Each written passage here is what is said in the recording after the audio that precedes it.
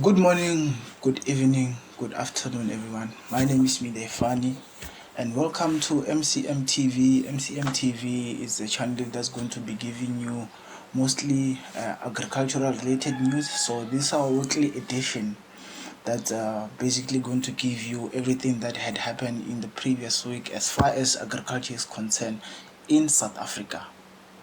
We will give you some of the international stories, but for now, we'll be focusing on South African news that had happened in the previous week. And as time goes, we'll be giving you interviews from small scale farmers, established farmers, and experts as far as in agriculture there's a lot of science. We talk about pesticides, talk about diseases, so we will seek expert opinion as time goes, as the channel grow.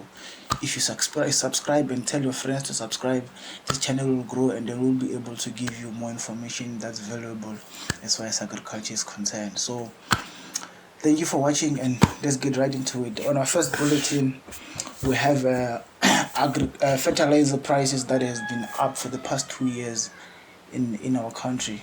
In fact, it's not in our country because this has happened in in the entire in the entire globe. Brent crude oil, we know it's a global commodity that has an impact um, in most economies. If the Brent crude oil is affected in a negative way, a lot of things are going to be affected, and then it's just going to be bad in the agricultural space. We also heard that the effect on the Brent crude oil also had an impact on fuel prices. There are some farmers who use petrol to pump water. We know they obviously use petrol to transport their produce. They use some use transport to transport their employees. So if the fuel prices keep going up and down, that's going to have a negative impact, obviously, and that's caused by the rising prices in the Brent crude oil. And then also the other reason that caused this fertilizer prices to go up was apparently there was a huge planting in the northern hemisphere. The northern hemisphere, it has more population than the southern hemisphere. So if they are doing more planting in the northern hemisphere, that means they are going to use more fertilizers, and we know about the supply and demand. So that's the other reason why these prices have been up. There's been too much demand, and if there's too much demand, you know what's happened. So that's basically it as far as the fertilizer is concerned. And the second thing is, it says the guideline for livestock export by sea open for comment. Basically, South Africa is set to release its own guideline for the livestock export by sea. So interested party, people who want to make their voice heard, people who want to comment on how the livestock should be exported to the other country, are advised to write and submit their comment in the agricultural department. They will tell you the processes and everything on how to go about this commenting thing. So you go to the agricultural department, and then they will tell you where to go or how to go. I think there will be a website where you will just register and then write your comment and submit it, because technology has made things easy for for us. So this also aimed at reducing animal cruelty, because animal cruelty, there are structures that has been singing the song of animal cruelty for years now. So this guideline is also open to aiding their voice in terms of reducing animal cruelty. So the other thing is, uh,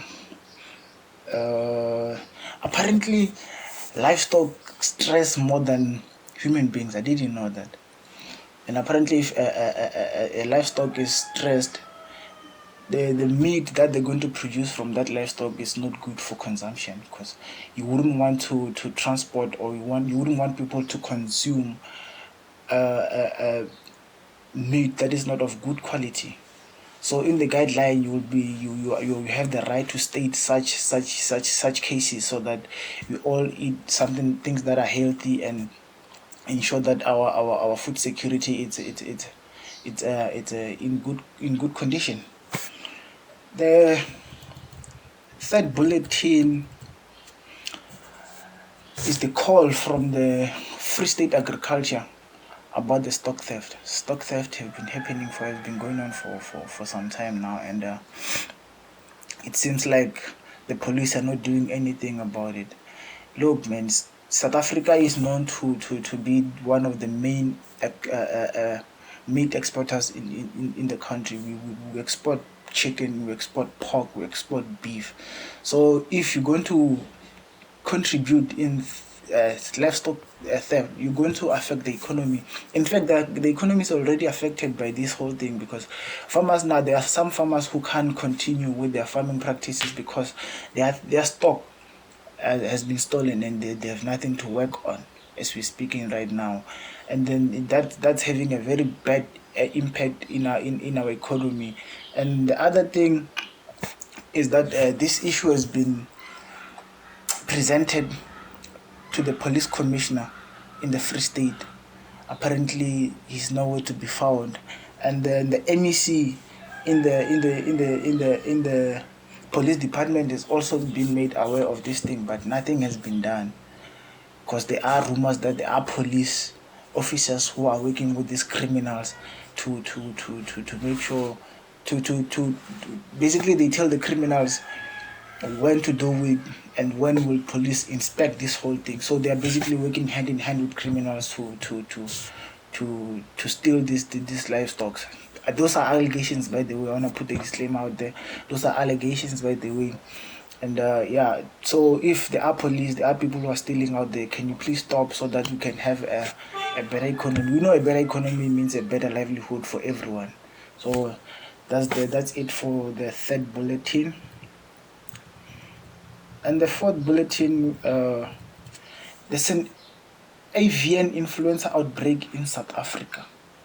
The South African poultry industry in South Africa is on high alert after the Department of Agriculture confirmed the avian influence on commercial chicken layer in Agrinews. This has been confirmed by the Department of Agriculture in South Africa that there's an outbreak of avian influenza. Apparently, it's a flu. Influenza is a flu that's found on chickens. So the first outbreak was in Ekurhuleni in Germiston, to be precise, in one of the chicken runs. So people have been assured that the chickens that are on the shelves in the stores are safe, and this thing is not contagious to human beings. Like, it goes from chicken to chicken. It's not contagious to human beings, so people are safe. But on a worst note, when it comes to this, Mozambique and Botswana have banned the import from South Africa in the poultry industry. So they are not accepting any chicken from our country because of this avian influence outbreak. So that can't be good, because if you're not exporting, that means you're not making money, and those people spend money to raise this chicken. They didn't know that there will be a avian influenza outbreak. So we are dealing with another pandemic in the poultry industry. We're dealing with another pandemic. Yeah. Let's go to the fifth and the last bulletin. That the COVID. It says, the headline says, COVID-19 relief voucher hijacked by fake farmers, says the DA.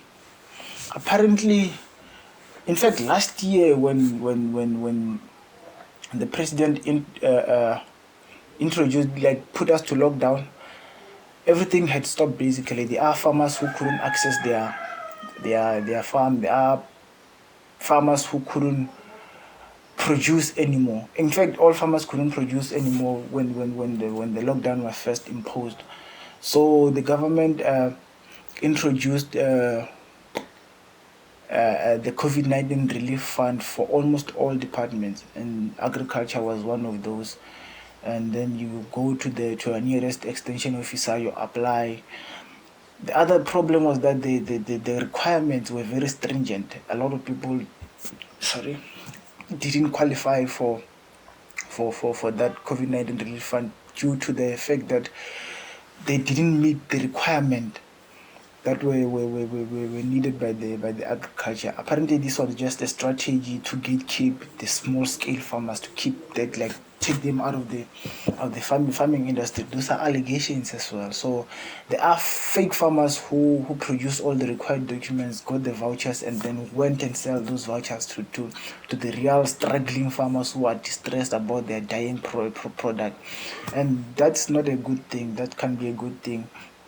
Everyone should eat from their own sweat. You can't let someone work hard and then when you just come and take whatever their hard-earned money is, as easy as that. So apparently the Department of Agriculture said they will look into this, and then hopefully they will do something about it, because this can be a good thing for small scale farmers. This is going to be very demoralizing, very discouraging to even continue with the agriculture if you're going to work hard and then someone just come in. And make sure that you don't proceed with your agricultural practices. So that's all for this week. That's all we have for this week. Let's meet again next week, and then please subscribe to the channel so that you can be able to have this conversation going forward. My name is Mdefa, and as I said, hit the subscribe button so that you can grow this channel. Peace out.